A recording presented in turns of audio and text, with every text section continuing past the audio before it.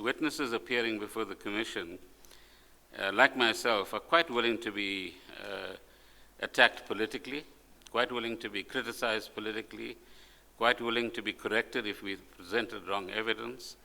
But it would be very nice if our critics come forward under oath and present themselves before this Commission.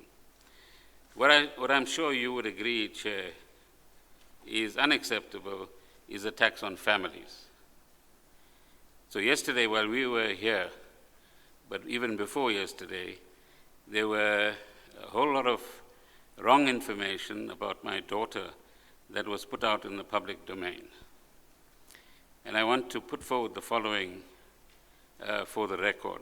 This information about my daughter is for the public to understand that she has not engaged in any malfeasance of any kind. Secondly, she joined Investec Bank Limited, the private equity division, in 2007 and resigned in late 2017. Thirdly, most financial service institutions, as many in this room would know, invest capital, either their own money or third-party investor money, in emerging privately owned businesses. Fourthly, the private equity division at Investec invested in privately held companies on behalf of Investec Bank Limited, not on her own behalf. Fifth, Investec, that is the bank concerned, and could be any other name, therefore is the owner of the shares that they buy, not my daughter. It's the bank that owns that share of these private businesses. She was an employee in this division and part of a team of 12 private equity professionals who were appointed as non-executive directors to the boards of these companies as a representative of Investec as the owner of the shares. 6, private equity professionals from this team represented Investec on the boards of each company. It's not her money. Their job is to look after the money of the bank and the investors. 7, she did not benefit financially in any way. That is, she did not own any shares in these businesses directly and did not benefit from any directive fees. The fees go to the bank, not to her or to the employee, or other financial compensation from these companies. The benefits went to the bank and its investors. 8, she was not a member of the management or executive teams of these businesses.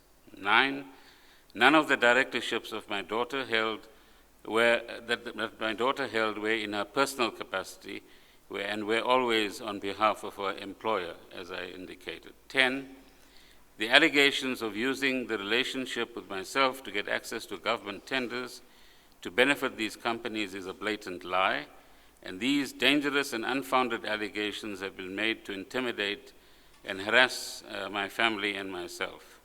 11, she does not have any bank accounts in Canada, and for the record, nor do I, and has not had any financial interest in Canada either. She went there to do a banking course at some stage. And 12, my daughter has not done any business with the state. So I want to repeat the fact that let's not play the man, as they say, play the ball. If there are political objectives that anybody wants to achieve, well, come to me and direct your attention to me, and I will answer for whatever I have to answer for.